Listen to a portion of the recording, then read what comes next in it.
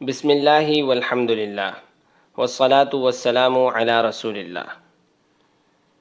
تاریخ امت مسلمہ، قسط نمبر 6، دوسرا باب، سیرت پیغمبر آخر الزمان محمد الرسول اللہ صلی اللہ علیہ وسلم۔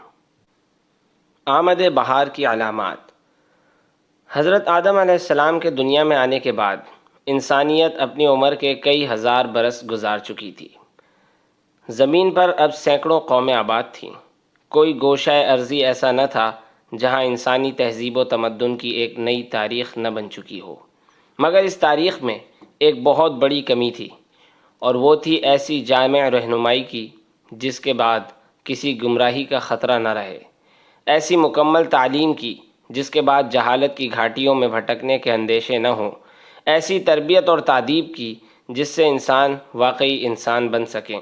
ہزاروں برس سے دنیا میں انبیاء کرام علیہم السلام کی آمد کا سلسلہ جاری تھا، مگر کسی نبی اور پیغمبر کی تعلیمات کے اثرات عالمگیر نہ ہوئے۔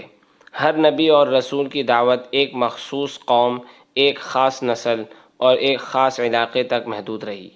اب ضرورت تھی ایسے عالمگیر نبی کی جو بیک وقت پوری دنیا کی امامت کرے اور بھٹکی ہوئی انسانیت کو راہ راست دکھائے۔ جب اللہ تعالیٰ نے اپنی بے پناہ قدرت اور حکمت بالغہ کے تحت اس عظیم الشان منصب کے حامل کو دنیا میں لانے کا ارادہ کیا تو اس کے ساتھ ہی ایسے حالات پیدا فرما دیے جو عن قریب کسی غیر معمولی انقلاب کی خبر دے رہے تھے۔ حالات کے اس اتار چڑھاؤ کا میدان سرزمین عرب تھی، جبکہ اس کے سرے ایک طرف رومی سلطنت اور دوسری جانب کسریٰ کی بادشاہت سے بھی جا ملتے تھے۔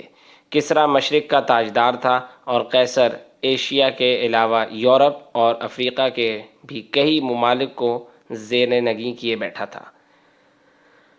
اس طرح عربوں میں نمودار ہونے والی تبدیلیاں دنیا کے ان دو بڑے درباروں کی وساطت سے دنیا کے تینوں آباد ترین براعظم کو ایک نئے دور کے آغاز کی نوید سنا رہی تھیں۔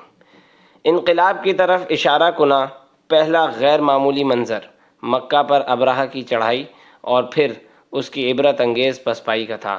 ابرہہ حبشہ کی اس فوج کا افسر تھا جو قیصر روم کے حکم پر 500 عیسوی میں حبشہ کے گورنر نجاشی نے یمن کے عیسائیوں کی مدد کے لیے بھیجی تھی تاکہ وہ یہودی حاکم یوسف ذو نواس کی سرکوبی کریں۔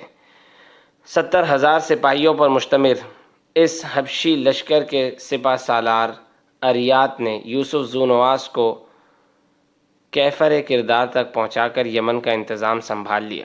ایک طویل عرصے تک ابرہہ اریات کی ماتحتی میں رہا، مگر پھر دونوں کے اختلافات بڑھتے گئے، یہاں تک کہ ایک دن دونوں ایک دوسرے پر پل پڑے۔ اریات کی ضرب سے ابرہہ کی ناک اور ہونٹ کٹ گئے، اس وجہ سے وہ اشرم یعنی نکٹا مشہور ہو گیا۔ ابرہہ کے غلام نے موقع پر ہی جوابی حملے میں اریات کو مار ڈالا۔ ابرہہ ایک عیار اور انتہا پسند شخص تھا۔ اس نے خوشامدانہ نامہ اور پیام کے ذریعے نجاشی کو اپنی طرف سے مطمئن کر دیا اور یمن میں نجاشی کی نیابت اور حبشی فوج کی قیادت سنبھال لی۔ کچھ مدت بعد اس نے اپنے کلیسا پرست آقاؤں کو خوش کرنے کے لیے یمن کے پایہ تخت صنعاء میں ایک ایسا شاندار گرجا تعمیر کرانا شروع کیا جس کی نظیر دور دور تک نہ تھی۔ یہ سحر انگیز عمارت برسوں میں جا کر تیار ہوئی۔ اس گرجے کی تعمیر کے لیے اس نے اہل یمن پر بے پناہ تشدد کیا۔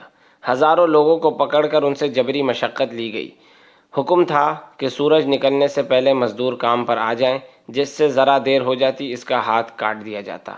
تعمیراتی مواد کے لیے یمن کی قدیم نامور ملکہ بلقیس کے عظیم الشان محل کی اینٹ سے اینٹ بجا دی گئی۔ سونے چاندی کا سامان، سنگ مرمر اور لکڑی سب کچھ اکھاڑ کر گرجے کی تعمیر میں لگا دیا گیا۔ اس ناروا سلوک کی وجہ سے خود یمن کے لوگ اس سے نالاں ہو چکے تھے، مگر اس کا یہ حال تھا کہ وہ تمام عرب قبائل کو کعبہ سے برگشتہ کر کے اس گرجے کا حلقہ بگوش بنانے کا خواب دیکھ رہا تھا۔ اس نے نجاشی کو اپنے مراسلے میں لکھا، میں اس وقت تک چین سے نہیں بیٹھوں گا جب تک عرب حج کے لیے بھی اس گرجے کا رخ نہ کرنے لگیں۔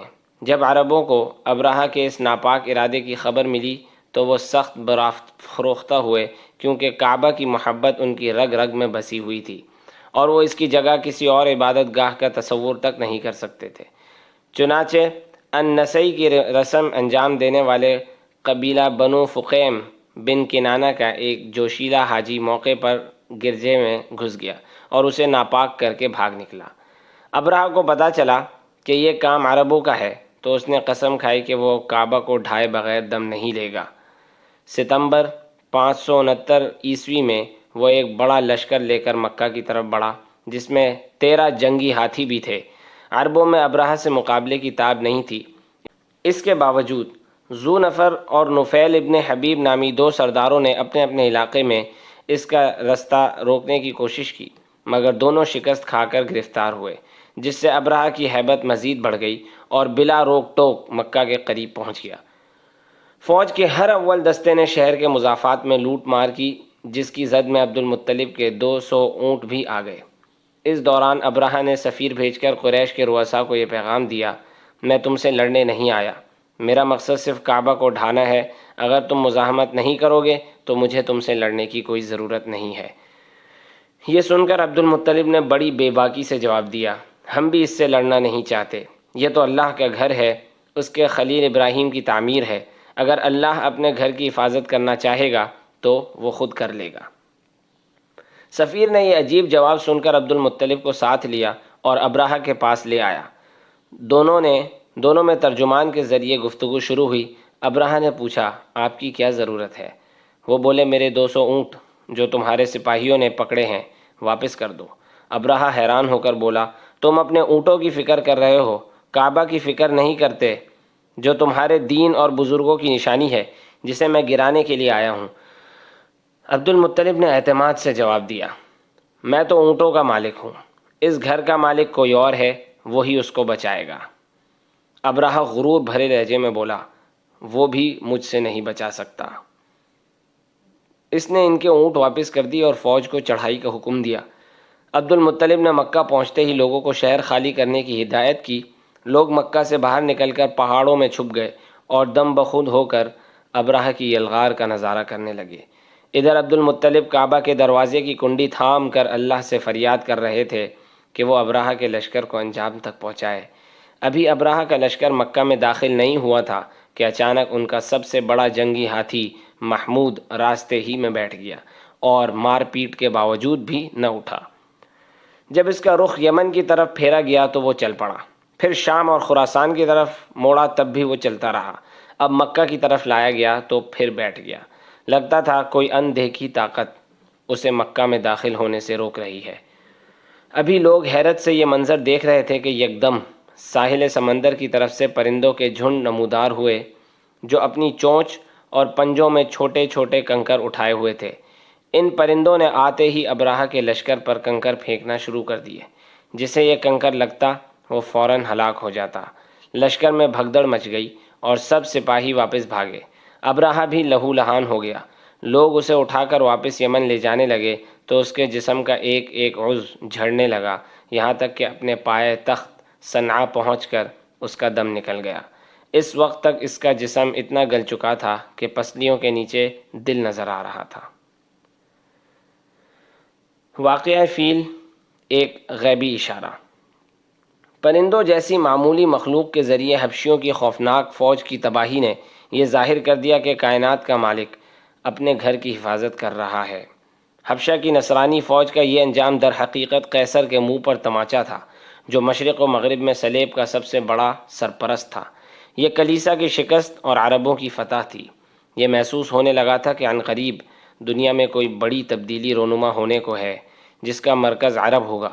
عربی میں ہاتھی کو فیل کہا جاتا ہے، اس لیے یہ واقعہ قصہ اصحاب الفیل کے نام سے مشہور ہوا۔ عربوں کے ہاں اس واقعے کو اتنی ہی اہمیت دی گئی کہ انہوں نے اس سال کو عام الفیل کا نام دیا اور آئندہ اپنی تاریخوں کا حساب اسی سال سے کرنے لگے۔ ابرہہ کی ہلاکت کے بعد حبشیوں کی استحصال پسند حکومت زیادہ دن نہ چل سکی۔ ابرہہ کا بیٹا یکسوم کچھ دن حکومت کر کے مر گیا۔ دوسرے بیٹے مسروق نے حکومت سنبھالی، مگر وہ بھی اس انتقامی آگ کو نہ دبا سکا جو حبشیوں کے خلاف عربوں کے سینوں میں بھڑک رہی تھی۔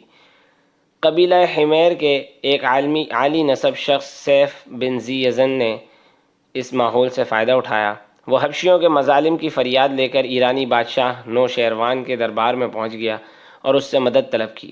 نوشیروان نے اسے حبشیوں کی بے دخلی کا بہترین موقع تصور کیا اور اس کی مدد کے لیے تیار ہو گیا۔ آخر سیف بن ذی یزن ایرانیوں کے ایک بڑے لاؤ لشکر کے ساتھ جزیرۃ العرب واپس آیا اور مسروق بن ابرہہ کو زور آزمائی کی دعوت دے ڈالی۔ اس کے نتیجے میں یمن میں ایک ایسا فیصلہ کن معرکہ ہوا جس میں حبشیوں کو شکست فاش ہوئی اور مسروق مارا گیا۔ اس طرح جزیرۃ العرب کے جنوب میں قائم نصرانی حبشیوں کی 72 سالہ حکومت ایک بھولی بصری کہانی بن گئی۔ سیف بن ذی یزن عربوں کا مقبول قائد بن گیا کیونکہ اس نے عرب کو غیر ملکیوں سے پاک کیا تھا۔ کائنات کی صبح صادق۔ آخر وہ جاں فضا گھڑی بالکل قریب آ گئی جس کا کائنات کے ذرے ذرے کو انتظار تھا۔ واقعہ فیل کے 40 دن بعد پیر کے دن قریش کے سردار عبد المطلب بن ہاشم کو صبح سویرے اطلاع ملی کہ اللہ نے انہیں ایک پوتے سے نوازا ہے۔ یہ ربیع الاول کا مہینہ تھا جبکہ خالص قمری تقویم کے لحاظ سے یہ ماہ رمضان تھا۔ تاریخ کے بارے میں اختلاف ہے، 8، 9، 10 اور 12 کے اقوال مشہور ہیں۔ وہ دوڑے ہوئے آئے، اپنی بہو آمنہ بنت وہب کے پہلو میں ایک چاند سا حسین بچہ دیکھا تو ان کا دل شفقت و محبت سے لبریز ہو گیا۔ 6 ماہ پہلے ان کے سب سے چہیتے بیٹے عبداللہ کا انتقال ہو گیا تھا۔ یہ بچہ اسی عبداللہ کی نشانی تھا۔ عبد المطلب بچے کو گود میں لے کر کعبہ میں داخل ہوئے، اللہ کی حمد و ثنا بیان کی، اس بچے کا نام سوچنے لگے تو ان کے ذہن میں ایک بالکل نیا نام محمد آیا جو اس سے پہلے عربوں میں کسی نے نہیں رکھا تھا۔ اللہ تعالیٰ نے یہ منفرد نام اپنے آخری رسول کے لیے محفوظ کیا ہوا تھا جو عین وقت پر عبد المطلب کے دل میں ڈال دیا گیا۔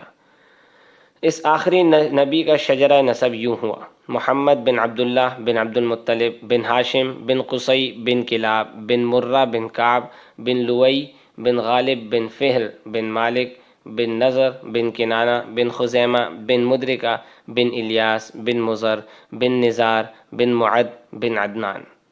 عدنان کے بعد کئی واسطوں سے حضور نبی کریم صلی اللہ علیہ وسلم کا سلسلہ نسب حضرت اسماعیل علیہ السلام سے جا ملتا ہے جو حضرت ابراہیم علیہ السلام کے بڑے صاحبزادے اور برگزیدہ نبی تھے۔ پاکیزہ بچپن۔ رسول اللہ صلی اللہ علیہ وسلم کو شروع میں چند دن ان کے چچا ابو لہب کی باندی ثویبہ نے دودھ پلایا۔ اس دوران عبد المطلب اپنے یتیم پوتے کے لیے کسی دودھ پلانے والی کو تلاش کر رہے تھے۔ عربوں میں یہ رواج تھا کہ شیر خوار بچوں کو پرورش کے لیے دیہات کی دائیوں کے حوالے کر دیتے تھے تاکہ انہیں کھلی اور صاف آب و ہوا میسر آئے اور ان کے جسم و جان کی اچھی نشو و نما ہو۔ اس کے علاوہ دیہاتیوں کی زبان بھی فصیح اور خاص ہوتی تھی جسے سیکھ کر بچے بھی ابتدا ہی سے خوش گفتار بن جاتے تھے۔ طائف کے قریب آباد بنو سعد اپنی فصاحت و بلاغت کے باعث مشہور تھے، اس لیے مکہ کے شرفاء ان کی دائیوں کی خدمات حاصل کرنا زیادہ پسند کرتے تھے۔ انہی دنوں اس قبیلے کی چند دائیاں بچے گود لینے کے لیے مکہ آئیں، مگر کسی دائی نے رسول اللہ صلی اللہ علیہ وسلم کو گود نہ لیا تھا کیونکہ یہ خشک سالی کا زمانہ تھا اور ان لوگوں کو اپنی ضروریات پوری کرنے کے لیے ٹھیک ٹھاک معاوضہ چاہیے تھا۔ رسول اللہ صلی اللہ علیہ وسلم کو یتیم دیکھ کر کسی دائی کو اس گھر سے معقول معاوضہ ملنے کی توقع نہیں تھی۔ دائیوں کے اس قافلے میں حلیمہ سعدیہ نامی ایک نیک خاتون بھی تھیں۔ انہیں کسی گھر سے کوئی بچہ نہ ملا، آخر وہ حضرت آمنہ کے گھر میں داخل ہوئیں۔ اس یتیم بچے کو دیکھتے ہی اس کی محبت ان کے دل میں پیوست ہو گئی۔ وہ زیادہ اجرت کا خیال کیے بغیر نبی صلی اللہ علیہ وسلم کو سینے سے لگائے اپنے ساتھ لے آئیں۔ ان کو گود لیتے ہی حلیمہ سعدیہ کو ہر طرف برکت ہی برکت نظر آنے لگی۔ لاغر جانور توانا ہو گئے، بدحالی خوشحالی میں بدل گئی۔ نبی اکرم صلی اللہ علیہ وسلم کی نشو و نما عام بچوں سے مختلف ہوئی۔ جب عمر مبارک 2 برس ہوئی تو حلیمہ سعدیہ نے دودھ چھڑا دیا۔ نبی کریم صلی اللہ علیہ وسلم اپنے رضاعی بہن بھائیوں کے ساتھ بکریاں چرانے جنگل میں جانے لگے۔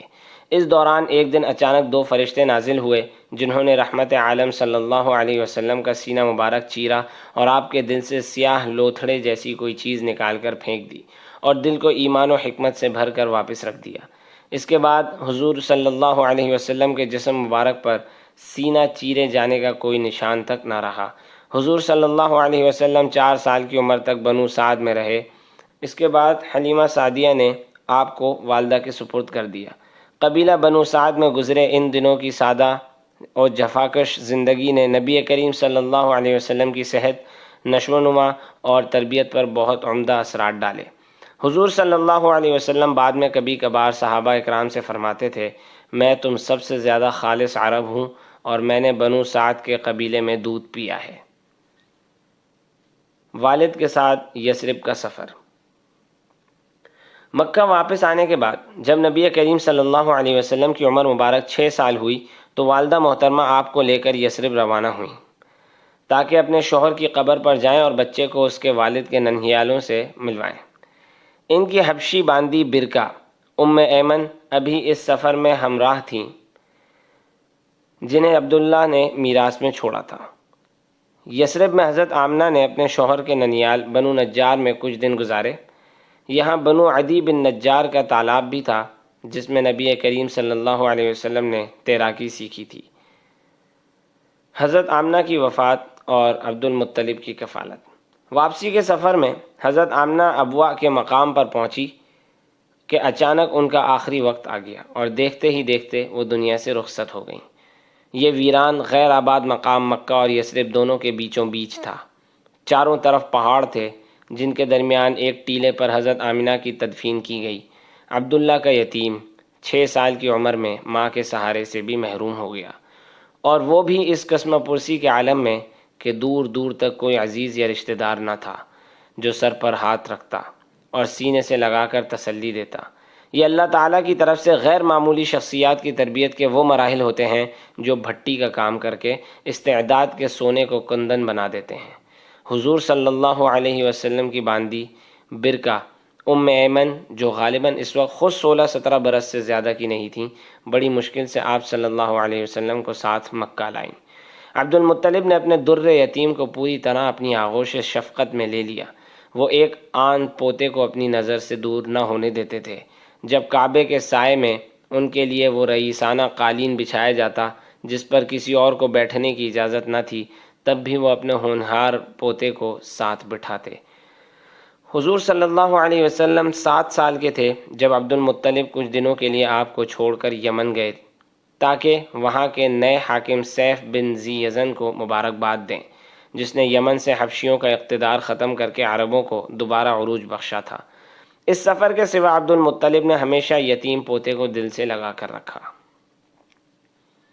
عبد المطلب کے بعد مگر والہانہ شفقت کے یہ دن باد صبا کی طرح گزر گئے اور ایک دن عبد المطلب بھی دنیا سے رخصت ہو گئے۔ اس وقت حضور صلی اللہ علیہ وسلم کی عمر 8 سال 2 ماہ 10 دن تھی۔ جاتے جاتے عبد المطلب اپنے بیٹے ابو طالب کو حضور صلی اللہ علیہ وسلم کی دیکھ بھال کی وصیت کر گئے اور وہی آپ کے سرپرست بنے۔ اسی سال عرب کے مشہور سخی اور قبیلہ بنی طے کے سردار حاتم طائی کا انتقال ہوا تھا، اور یہی سال فارس کے سب سے نامور بادشاہ نوشیروان کی وفات کا بھی ہے۔ اقبال مند لڑکپن۔ عموماً لڑکپن کا زمانہ شوخی اور شرارت کے عروج کا ہوتا ہے، مگر حضور صلی اللہ علیہ وسلم شروع سے نہایت شریف تھے، باوقار اور حیادار بھی۔ حضور صلی اللہ علیہ وسلم عرب کی معاشرتی برائیوں سے ذرا بھی متاثر نہیں ہوئے۔ شرکیہ رسومات، شراب نوشی اور گانے بجانے سے کوسوں دور رہے۔ سچائی، امانت داری، ہمدردی، تواضع، مروت اور رحم دلی کی صفات حضور صلی اللہ علیہ وسلم میں کوٹ کوٹ کر بھری ہوئی تھیں۔ اس کے ساتھ ساتھ آپ بے حد ذہین، معاملہ فہم، بہادر اور چاق و چوبند بھی تھے۔ شام کا سفر اور بحیرہ راہب کی گواہی۔ حضور صلی اللہ علیہ وسلم کی عمر 12 سال تھی جب آپ اپنے چچا ابو طالب کے ساتھ شام کے تجارتی سفر پر نکلے۔ اس قافلے نے شام کے سرحدی شہر بصرہ میں شاہراہ کے کنارے پڑاؤ ڈالا، جہاں بحیرہ نام کے ایک راہب کی خانقاہ تھی۔ بحیرہ کبھی اپنی خانقاہ سے باہر نہیں نکلتا تھا، مگر اس دن وہ باہر آیا اور مجمع کو چیرتا ہوا رسول اللہ صلی اللہ علیہ وسلم کے پاس جا پہنچا۔ پھر ان کا ہاتھ تھام کر کہنے لگا، یہ سید العالمین ہیں، یہ رب العالمین کے رسول ہیں، یہ رحمت للعالمین ہیں۔ قریش کے کچھ بوڑھوں نے کہا، تمہیں کیسے معلوم؟ کہنے لگا، جب تم گھاٹی سے نیچے اتر رہے تھے تو میں نے دیکھا کہ کوئی درخت یا پتھر ایسا نہیں جو تعظیماً جھک نہ رہا ہو، ایسا فقط نبی کے لیے ہوتا ہے۔ میں اسے مہر نبوت کی وجہ سے بھی پہچانتا ہوں جو اس کے کندھوں کے درمیان ہے۔ راہب نے قافلے کی ضیافت کی اور ابو طالب کو قسم دی کہ اس لڑکے کو شام نہ لے جائیں، کیونکہ اگر رومیوں نے اسے صفات نبوت کی وجہ سے پہچان لیا تو قتل کر دیں گے۔ آخر ابو طالب نے حضور صلی اللہ علیہ وسلم کو ایک آدمی کے ساتھ واپس مکہ بھیج دیا۔ حرب فجار میں شرکت۔ حضور صلی اللہ علیہ وسلم 10 سال کے تھے جب مکہ کے مضافات میں لڑائیوں کا وہ سلسلہ شروع ہوا جنہیں حروب فجار کہا جاتا ہے۔ اس سلسلے کی پہلی لڑائی فجار اول بنو کنانہ اور بنو حوازن کے درمیان ہوئی۔ دوسری جنگ قریش اور حوازن کے مابین لڑی گئی۔ تیسری میں حوازن اور بنو نصر بن معاویہ آمنے سامنے آئے۔ چوتھی لڑائی جسے فجار رابع اور فجار براز کہا جاتا ہے، گزشتہ تمام جنگوں سے زیادہ سخت تھی، جو قریش اور قبیلہ بنو قیس کے درمیان برپا ہوئی۔ اس وقت حضور صلی اللہ علیہ وسلم کی عمر 15 سال کی تھی۔ معرکے کے دن قریش کے تقریباً تمام ہوشیار مرد میدان میں صف بند تھے۔ لڑکوں کو بھی مددگار کے طور پر طلب کیا گیا تھا۔ نبی کریم صلی اللہ علیہ وسلم بھی اپنے چچاؤں کے ہمراہ میدان جنگ میں پہنچ گئے جو تیر اندازی پر مقرر تھے۔ اس جنگ میں بنو ہاشم کے سردار زبیر بن عبد المطلب تھے۔ قریش کی قیادت بنو امیہ کا سردار حرب بن امیہ کر رہا تھا۔ لڑائی شروع ہوئی تو دشمنوں نے قریش پر پورا دباؤ ڈال دیا۔ نبی اکرم صلی اللہ علیہ وسلم کے چچا اپنی کمانوں سے تیر چلا رہے تھے اور آپ صلی اللہ علیہ وسلم انہیں دشمن کے چلائے ہوئے تیر لا کر پکڑا رہے تھے تاکہ تیروں کی کمی نہ ہونے پائے۔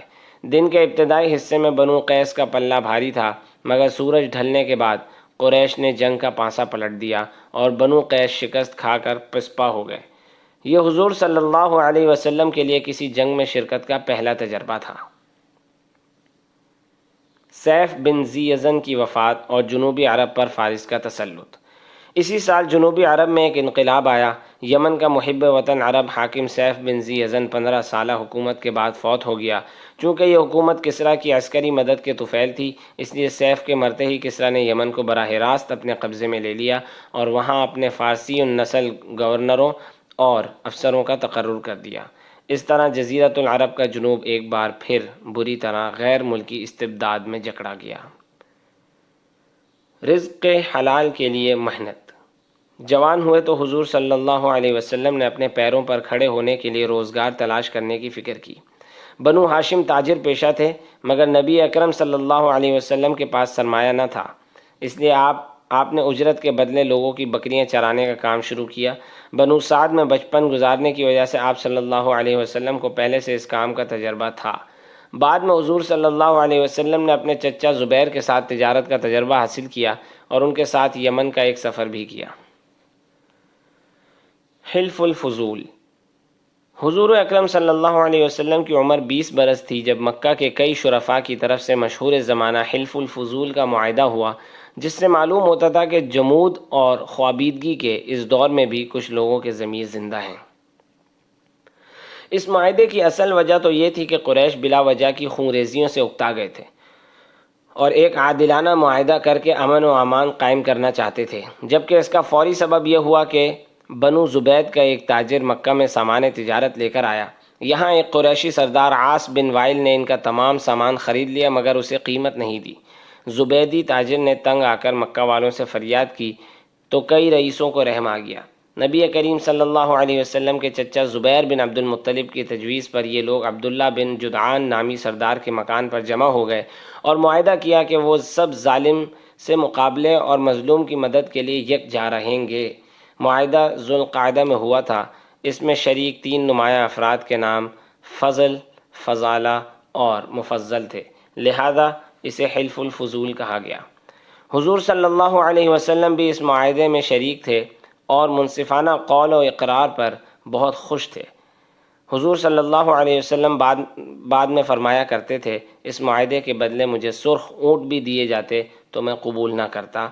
آج بھی کوئی ایسے معاہدے کی دعوت دے تو میں تیار ہوں۔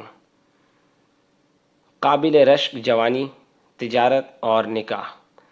سرمایہ نہ ہونے کے باعث حضور صلی اللہ علیہ وسلم دوسروں کا سرمایہ تجارت میں لگا کر نفع میں شریک ہونے لگے۔ عمر مبارک 25 سال کی تھی جب اللہ تعالیٰ نے حضور صلی اللہ علیہ وسلم کو مال و دولت کے لحاظ سے غنی کر دینے کا انتظام فرمایا۔ قریش کی ایک مالدار اور شریف بیوہ خدیجہ بنت خویلد قابل اعتماد افراد کو سرمایہ دے کر تجارت میں لگواتیں اور حاصل ہونے والے نفع سے انہیں معقول معاوضہ دیتیں۔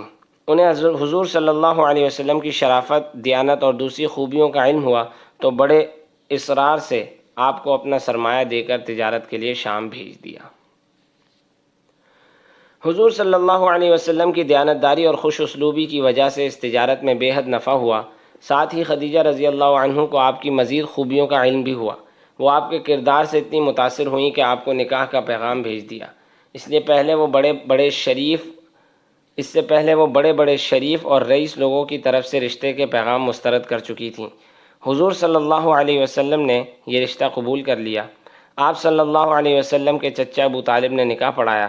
اس وقت آپ کی عمر 25 برس تھی جبکہ حضرت خدیجہ رضی اللہ عنہا 40 سال کی تھیں۔ ازدواجی زندگی۔ اب حضور صلی اللہ علیہ وسلم تنگ دست نہیں تھے۔ اللہ تعالیٰ نے ازدواجی زندگی کی نعمت کے ساتھ ساتھ مالی وسعت بھی عطا فرما دی تھی۔ ادھر حضرت خدیجہ رضی اللہ عنہا کو ایسا رفیق حیات مل گیا تھا جس پر وہ جتنا بھی فخر کرتی کم تھا۔ انہوں نے اپنی دولت، جائیداد اور تجارت کا سرمایہ سب کچھ حضور صلی اللہ علیہ وسلم کی خدمت کے لیے وقف کر دیا۔ حضور صلی اللہ علیہ وسلم کی خوشی ہی میں ان کی خوشی تھی۔ حضور صلی اللہ علیہ وسلم اپنی زوجہ محترمہ کے ساتھ انہی کے مکان میں رہتے تھے۔ یہ مکان 2 رہائشی کمروں اور ایک مہمان خانے پر مشتمل تھا۔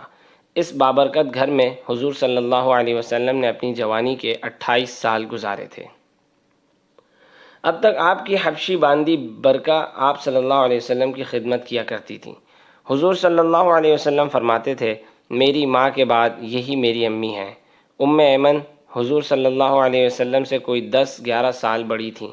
آپ نے اپنی شادی کے موقع پر ان کی ڈھلتی ہوئی عمر اور سابقہ خدمات کا احساس کرتے ہوئے انہیں نہ صرف آزاد کیا بلکہ ایک شریف النفس آدمی حارث بن زید سے ان کا نکاح بھی کروا دیا۔ اس طرح وہ بھی اپنے گھر میں بس گئیں۔ ان کے ایک لڑکا بھی ہوا جس کا نام ایمن رکھا گیا۔ برکہ اس کے نام کی نسبت سے ایمن کہلائیں۔ حضرت زید بن حارثہ رضی اللہ عنہ کی کفالت۔ اس گھر میں حضور صلی اللہ علیہ وسلم اور حضرت خدیجہ رضی اللہ عنہا کے علاوہ ایک فرد اور بھی تھا۔ یہ بنو کلب کا ایک گمشدہ لڑکا زید بن حارثہ تھا۔ اس بچے کو دشمن قبیلے کے حملہ آوروں نے اغوا کر کے غلام بنایا اور عکاظ کے بازار میں بیچ دیا۔ اس وقت یہ بچہ صرف 8 سال کا تھا۔ حضرت خدیجہ رضی اللہ عنہا کے بھتیجے حکیم بن حزام نے اسے خریدا اور لا کر حضرت خدیجہ کو پیش کیا۔ جب حضور صلی اللہ علیہ وسلم کا حضرت خدیجہ سے نکاح ہوا تو انہوں نے زید کو آپ کی خدمت میں دے دیا۔ ایک مدت بعد زید کے والد حارثہ کو اطلاع ہو گئی کہ ان کا گمشدہ بچہ قریش کی غلامی میں ہے۔ وہ سیدھے مکہ پہنچے، حضور صلی اللہ علیہ وسلم سے ملے اور ماجرا سنا کر اپنے بیٹے کی واپسی کی درخواست کی اور ساتھ ہی آزادی کا فدیہ بھی پیش کیا۔ حضور صلی اللہ علیہ وسلم نے فرمایا، زید کو بلا کر اس سے پوچھ لیں، اگر وہ آپ کے ساتھ جانا چاہے تو بغیر کسی فدیے کے آپ کے ساتھ جا سکتا ہے، اور اگر نہ جانا چاہے تو میں اس کو زبردستی نہیں بھیجوں گا۔ زید کو بلایا گیا تو انہوں نے اپنے والد کے ساتھ جانے سے معذرت کر دی اور کہا، میں حضور صلی اللہ علیہ وسلم کے سوا کسی اور کے ساتھ رہنا کیوں کر پسند کر سکتا ہوں؟ والد نے حیران ہو کر کہا، بیٹا آزادی کی جگہ غلام بن کر رہنا پسند ہے؟ بولے، جی ہاں، میں نے حضور صلی اللہ علیہ وسلم میں جو خوبیاں دیکھی ہیں ان کے مقابلے میں کسی چیز کو پسند نہیں کر سکتا۔ حضور صلی اللہ علیہ وسلم زید کی یہ محبت دیکھ کر بہت متاثر ہوئے۔ اسی وقت مسجد الحرام میں جا کر اعلان کیا، میں نے اسے اپنا بیٹا بنا لیا۔ زید کے والد نے یہ منظر دیکھا تو مطمئن ہو کر لوٹ گئے۔ حضرت زید رضی اللہ عنہ پہلے بھی حضور صلی اللہ علیہ وسلم کے ساتھ رہتے تھے، مگر اب تو اس گھرانے کا ایسا اٹوٹ حصہ بن گئے کہ لوگ انہیں زید بن محمد ہی کہنے لگے۔ حضور صلی اللہ علیہ وسلم کی معاشرتی مصروفیات۔ نکاح کے بعد سے 40 سال کی عمر تک کا زمانہ حضور صلی اللہ علیہ وسلم کی زندگی میں ایک خاص اہمیت رکھتا ہے۔ اگرچہ سیرت کی کتب میں یہ باب سب سے مختصر ہے، ان 15 برسوں میں حضور صلی اللہ علیہ وسلم ایک مصروف کاروباری نوجوان اور معروف سماجی و معاشرتی شخصیت کی حیثیت سے سرگرم رہے۔ چونکہ آپ کا ذریعہ معاش تجارت تھا، اس لیے آپ کو لین دین اور دیگر معاملات میں دن بھر ہر قسم اور ہر علاقے کے لوگوں سے واسطہ پڑتا تھا۔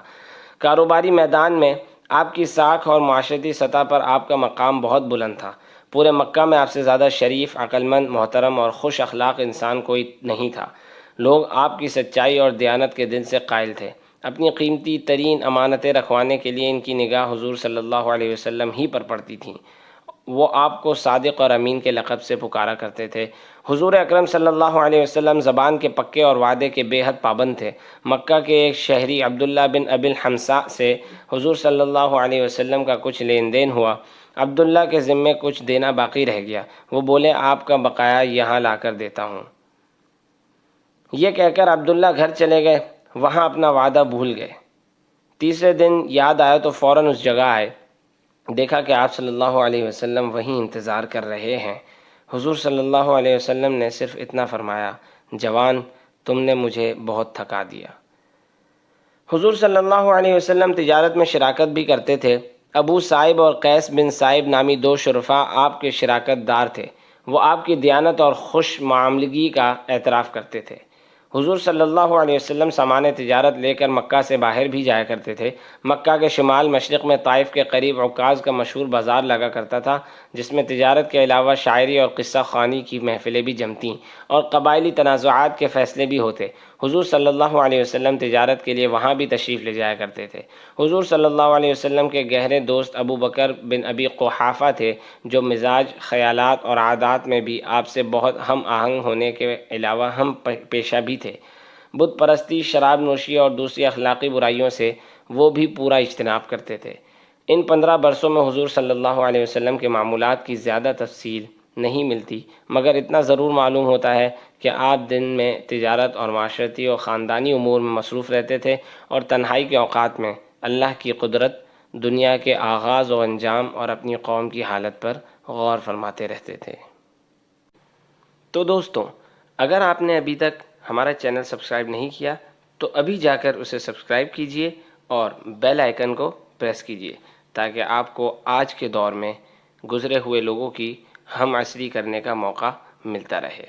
اور ہاں، کمنٹ سیکشن میں ہمیں اپنی رائے سے آگاہ کرنا نہ بھولیے گا۔